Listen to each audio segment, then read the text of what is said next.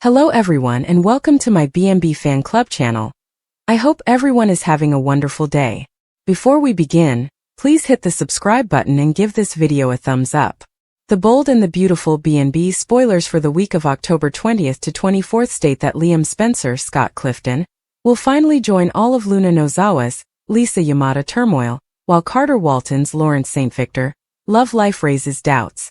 After Steffy Forrester, Jacqueline McInnes Wood, returns to Los Angeles with the children, John Finnegan, Tanner Novlin, will be overjoyed. Of course, Steffy's homecoming will mean she can catch up on all of the Luna mayhem that has been going on. Steffy will not back down once she knows Luna is still alive and creating havoc. Steffy will make it clear that she has no intention of letting Luna's pregnancy save her from jail time, even if she is carrying a Spencer heir. Poppy Nozawa, Romy Park, will not believe Luna is getting therapy when she challenges her daughter during a jail visit. Bill Spencer, Don Diamant, was once Luna's hero, but Poppy believes those days are over after what Luna did to Will Spencer, Crew Morrow. Bill will be filled with confidence about the custody battle that would inevitably arise if Luna gives birth to this baby. Bill will reassure Will and Katie Logan, Heather Tom, about successfully obtaining custody. Liam will soon be involved in a Luna talk with Bill, Will, and Katie, so it will be interesting to hear his thoughts on all of the mayhem she has caused. Bill will scream about Luna targeting Will and causing all of this to happen on purpose, but he intends to keep her locked up permanently. Electra Forrester, Linnea Grace, faces a difficult conclusion about Will and Luna. Electra may dump Will if she decides she can't deal with the complications of this permanent baby bond. Despite Sheila Sharp's, Kimberlyn Brown, plea to Deacon Sharp, Sean Cannon, to speak with her, he will return to Taylor Hayes' Rebecca Budig office for another therapy session. Meanwhile, Remy Price, Christian Weissman, will congratulate Deke Sharp, Harrison Cohn, on his new position at Forrester Creations, but Deke will not understand why his lover does not want his name mentioned at the company. This is clearly about Remy's attempts to conceal the truth about the terrible things he did to Electra. It's only a matter of time before Deke discovers the truth and explodes up at Remy. Carter will now face Daphne Rose's Muriel Hilaire, questioning about his love life. Carter will reassure her that his broken engagement is permanent, and he may argue that Hope is now free to move on with Liam. This will allow Daphne to freely pursue Carter, while Hope seeks guidance from Deacon and Brooke Logan, Catherine Kelly Lang, on how to restore her own future with Liam. According to the Bold and the Beautiful spoilers, Hope and Liam may have a new engagement on the way, so stay tuned for more updates on this couple's future. Liam halted at the door, the bell above it jingling quietly as he entered. The sound grabbed Daphne's attention, and their gazes met for a brief second. Her face, once so familiar, now bore lines of sadness and tiredness. She didn't grin or wave, simply stared as if witnessing a ghost. Carter looked up, his mouth tightening, but he didn't say anything. The stillness between them was as heavy as the rain outside, containing years of unspoken words and broken trust. Liam moved into a booth near the window, the vinyl cracking with his weight. He wasn't sure why he had come. Perhaps it was the letter he discovered in his mother's attic last week, which Daphne had written to him 5 years ago but never mailed. Its words were etched in his mind. "I'm not sure if you'll ever read this, but I want you to know I didn't mean to hurt you. I was afraid, Liam. We all were." The letter ended abruptly, as if she had ran out of bravery. He'd kept it in his pocket ever since, the edges frayed from his frequent touch. The cafe was practically empty, except for a trucker drinking a beer in the corner and a waitress who appeared to have seen too many late nights. Liam shifted his gaze back to Daphne and Carter. They were now speaking, their voices low but piercing, like a razor cutting through the hum of the jukebox. He couldn't hear the words, but he could sense the strain in Daphne's posture, the way her shoulders straightened as Carter approached. It was no longer Liam's business, but he couldn't look away. 5 years ago they were inseparable, Liam, Daphne, and Carter, the trio who promised to conquer the world together. They'd spent countless evenings in this cafe, fantasizing of futures so close they could feel them. Liam planned to be a writer, and his notebooks were full of stories about heroes and grief. Daphne longed to paint, and her sketches of the town's calm corners hung on the cafe walls like promises. Carter, always the practical one, intended to take over his father's garage, although he'd talk about traveling the world, his voice soft with longing. They were young, reckless, and confident that nothing could stop them. But something did. It began as a rumor, a murmur that turned into a storm. People believed Carter and Daphne were too close to be friends. Liam had laughed it off at first, trusting them both completely. But mistrust crept in, fueled by late-night phone conversations that Daphne refused to explain and Carter's abrupt silences. The night everything came apart, Liam faced them here at this cafe, his voice quivering with rage and betrayal. He'd accused them of things he didn't entirely believe, words gushing out like poison. Daphne cried, Carter yelled, and Liam walked away, resolving never to look back. He had basically maintained his vow. He'd left town in search of a life that never seemed to materialize. The stories he had planned to write remained unfinished, his notebooks collecting dust in a rented apartment in a city he disliked. He convinced himself he was better off alone, that he didn't need them or anyone. But the reality was he had never stopped missing them. Especially her. Daphne's laugh, her quiet strength, the fact that she always knew what to say when he was lost. And Carter, his best buddy, who'd once saved him from drowning in the river when they were youngsters and who'd always had his back until the day he stopped. As Liam watched them, he felt the weight of those lost years. Daphne's voice rose, shrill and piercing, cutting through the diner's chatter. You don't get to decide what I feel, Carter, she yelled loudly enough for Liam to hear. You don't get to tell me I'm wrong for wanting more. Carter's expression was one of frustration. His hands clenched into fists on the counter. I'm trying, Daphne, he murmured, his voice low and strained. I have always tried. But you're still yearning for something I can't offer you. Liam's chest clenched. He didn't know the specifics of their lives today, or what had driven them to this point, but he could sense the rawness, the sorrow that mirrored his own. He wanted to rise up, walk over and say something, anything to close the space between them. But what could he say? Was he sorry? That he had been wrong? That he had spent 5 years hating them both while loathing himself even more? The server approached his booth, her name tag read Marge. She was elderly with friendly but worn eyes. What will it be, hon? She inquired, pencil poised over a notepad. Liam peered at the menu but the words were blurry. Just coffee, he said, his voice scratchy. Marge nodded and shuffled away, leaving him alone to his thoughts. He removed the letter from his pocket and gently unfolded it. The ink had faded slightly, but Daphne's calligraphy was still legible, each loop and curve representing a piece of her that he had carried with him. He reread it even though he knew it by heart. I was afraid, Liam. We all were. What exactly are you scared of? He had wondered 1,000 times. Are we going to lose each other? What about growing up? What about the truth? Across the table, Daphne stood abruptly, her chair scraping against the floor. I can't do this anymore, she exclaimed, her voice breaking. She grabbed her coat and hurried to the door, her movements rapid and uneven. Carter called after her, but she would not stop. The bell rang as she pushed through the door and out into the downpour. Liam's heart pounded. He should let her go and let this moment pass just like the others. But something in him snapped, a cord he'd clung to for too long. He stood, pushed the note back into his pocket and followed her. Outside, the rain was colder and heavier. Daphne was halfway down the street, her figure obscured by the rain. Daphne! Liam called, his voice almost drowned in the storm. She came to a halt, slowly turning around, her face pale under the streetlight. For a period, neither of them spoke. Liam didn't care if the rain soaked through his clothes. Liam, what are you doing here? She inquired, her voice barely above a whisper. There was no fury, only tiredness and something else, hope or perhaps wishful thinking. I don't know, he admitted, moving closer. I have found your letter. Her eyes widened and she took a step back, as if the words had hit her hard. You weren't supposed to see that, she explained, her voice shaking. It was nothing. Liam's voice became harsher. It was everything. Why haven't you sent it, Daphne? Why haven't you told me? She laughed bitterly, cutting through the rain. Tell me what? Was I sorry? That I loved you both yet it tore me apart? That I wasn't sure how to fix what we'd broken? Liam's throat clenched. I loved you both. The words hung between them, loaded with meaning he wasn't sure he could handle. I thought you and Carter. He couldn't finish. Daphne shook her head, raindrops falling from her hair. It was never what you expected.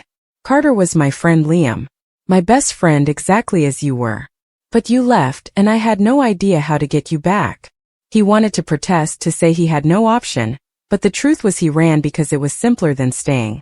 It was easier than confronting the thought that he had made a mistake and had abandoned the only people who had ever truly meant to him. I'm sorry, he muttered, the words rushing out before he could control them. I should have stayed. I should have listened. Daphne's gaze softened, but she did not approach. We all should have done things differently, she joked. But is it too late now? Is it? Liam asked, his voice breaking. He took a step forward, reaching out, but she stepped back, shaking her head. I don't know, Liam, she said. I don't know if we can go back. She turned and went away, her form vanishing into the rain. Liam stood there transfixed, the weight of her words soaking in like the cold. He wanted to chase her and beg her to stay, but his feet would not move. The diner's neon sign flashed behind him, casting lengthy shadows on the wet sidewalk. Back inside, Carter remained at the counter, his head in his hands. Liam paused before approaching and sitting beside him. Carter didn't look up, and he didn't instruct Liam to leave. They sat silently, the jukebox playing melancholy sounds in the gap between them. I messed up, Liam eventually replied, his voice barely audible. Carter let out a deep breath. We all did, he explained. The question is, what do we do now? Liam did not have an answer. He was not sure if there was one. But for the first time in years he felt the stirrings of something he believed had vanished. Hope? Delicate and ephemeral but present. Perhaps it was not too late. Maybe they could figure out how to fix what was broken and rebuild what they'd lost. Perhaps they'd just sit here, two shattered men in a fading cafe, plagued by the ghosts of who they once were. The rain continued to fall, and the night dragged on, taking their story into darkness. She sat calmly in the small box-shaped chamber, with the gray metal bench beneath her providing little comfort. Her hands were folded in her lap, a quiet beat of fingers tapping the wall, and beyond the one-pane window, she saw a sliver of pale sky, boring and unchanging. The room represented everything she felt: captivity, isolation, and remorse. Her name was Lena. Many years ago she would have grinned at the sun and imagined future children, and a life far more free than this. But suddenly, her pregnancy, which had seemed nearly miraculous in another life, felt like both a godsend and a curse. They stated that it was her ticket out. She assumed that once the child arrived, someone would come to her rescue. Someone would notice the frail new life inside of her and remark, "You deserve freedom. You deserve hope." So she hung on. But hope has a fragile aspect when the world around you does not conform to your dreams. She'd made plans. Clever plans. She was not naive. She understood how things worked in this locked room. How pity could be manipulated, sympathy created. Previously, she had been discharged early. She remembered the bruises, the blood-red mark her cellmate had left, tears flowing down her face as someone noticed her and asked, "Are you okay?" They took pity and unlocked the door. She was free once. She believed it would happen again. Only this time the door remained locked. She could still feel its weight. I could still hear the clank of steel when someone passed. The visitor arrived. At first, she assumed it would be the person she cared the most about, the child's father, whom she had convinced herself she could bound to her fate. The door opened and a shadow stepped inside. Not him. Her pulse quickened, and she adjusted her hair in the reflection of the small window in the door, recalling that once she had appeal, she had options. The stranger walked past her and sat with firmness, shaking her confidence. He stared at her with disappointment, remorse, and dread, rather than sympathy. His name was Bill. He revealed the sad truth. The child will be stolen from her the moment it was born. She wouldn't raise it. She would never become a part of its life. And if she thought pregnancy would set her free, she was quite incorrect. She sat there. She overheard the words. They flattened her world. For a brief moment the unborn child inside her kicked, not from delight or novelty, but from something resembling despair. The echo of its mother's crushed hopes. The walls appeared to close in deeper. Later in her cage taunts began. The other ladies in the cell knew stories. They guessed the angle. Your sugar daddy hasn't sworn for you yet, he scoffed. Lena attempted to curl inside and hide her terror. But she also realized she couldn't afford to hide too much. So she requested the person who had previously assisted her inflict bruises again, make it appear real, get sympathy. She needed the story to work. She needed someone to argue her point. And yet she thought all the time, if the story worked and she escaped, would she still have the child? Or will the cost of freedom be that she loses everything she genuinely values? Meanwhile, outside these fortifications, others suffered.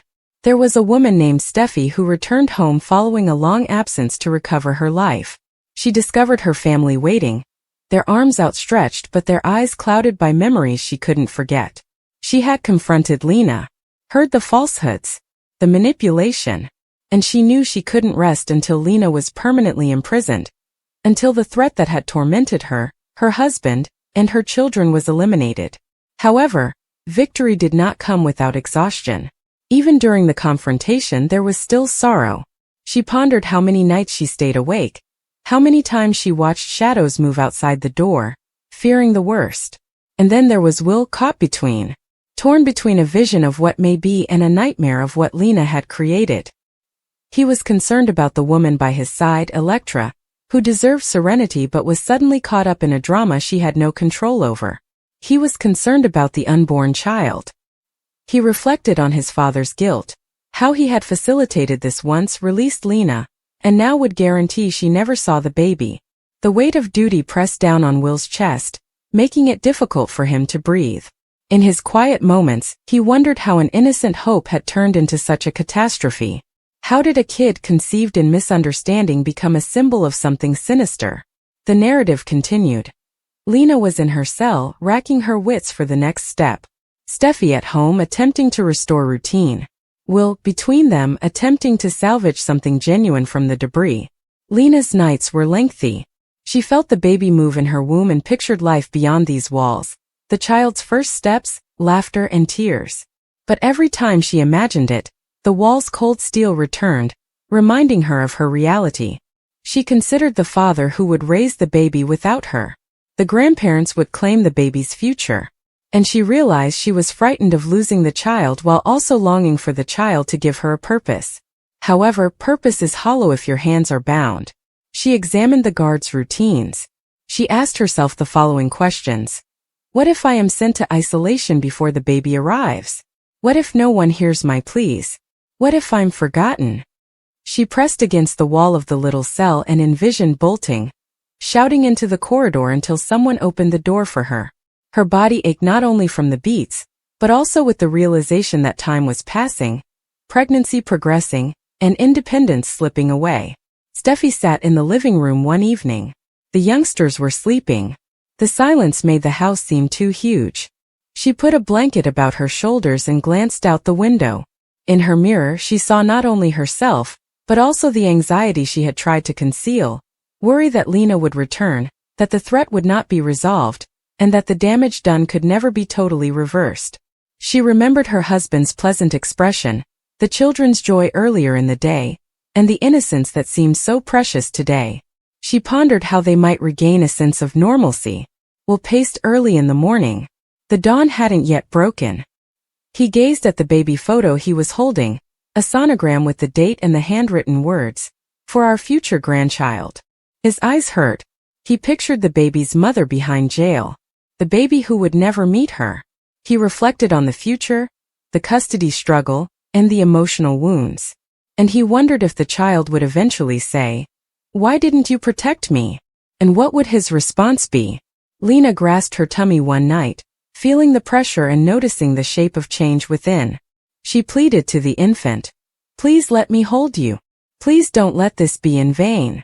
The baby kicked, and she shed tears of longing rather than grief or rage. The desire to reclaim what she had lost, to demonstrate her worth beyond the gates. But the kid was also her greatest risk. A shattered hope and a failed strategy. Bill at home stared at the fireplace. The guilt overtook him.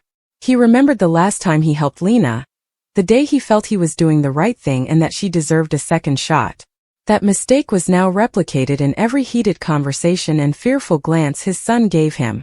He pledged never again. But, as he peered into the flames, he pondered whether he had punished Lena or the unborn child. Was the fury directed toward the manipulator or the manipulated? The answer was twisted like smoke, ambiguous and disturbing. Outside the prison walls, life continued. The leaves turned, the shadows grew, and time marched on. Lena's pregnancy progressed, and the walls of her cell closed in tighter with each passing day. Steffi hugged her family close, but she still sensed the phantom fear of Lena's return. Will held his ultrasound photo and pondered how he could keep everything from coming apart. Finally, Lena lay down in her bunk and closed her eyes. The cell remained silent. She listened to her breathing and the baby's movements inside. She reasoned that perhaps one day she might be able to walk freely. Perhaps the baby will only know love. But maybe the baby will only know loss. And that fear, the terror of loving and then losing, weighed more than any cell wall. It's a terrible narrative of choices and consequences, of optimism misinterpreted as freedom, and of walls erected with trust as well as bars. Lena's heart hammered in the darkness, the unborn child sleeping within, both of them trapped in a world beyond their control. So they waited. For the day the baby would arrive. For the day a door may open. For one day someone might view them as two souls desperate for a chance, rather than strategy and stratagem, threat and curse. Until then, the walls remained steadfast. The sky outside remained pallid, and hope, weak as ever, flickered in the lightest of lights.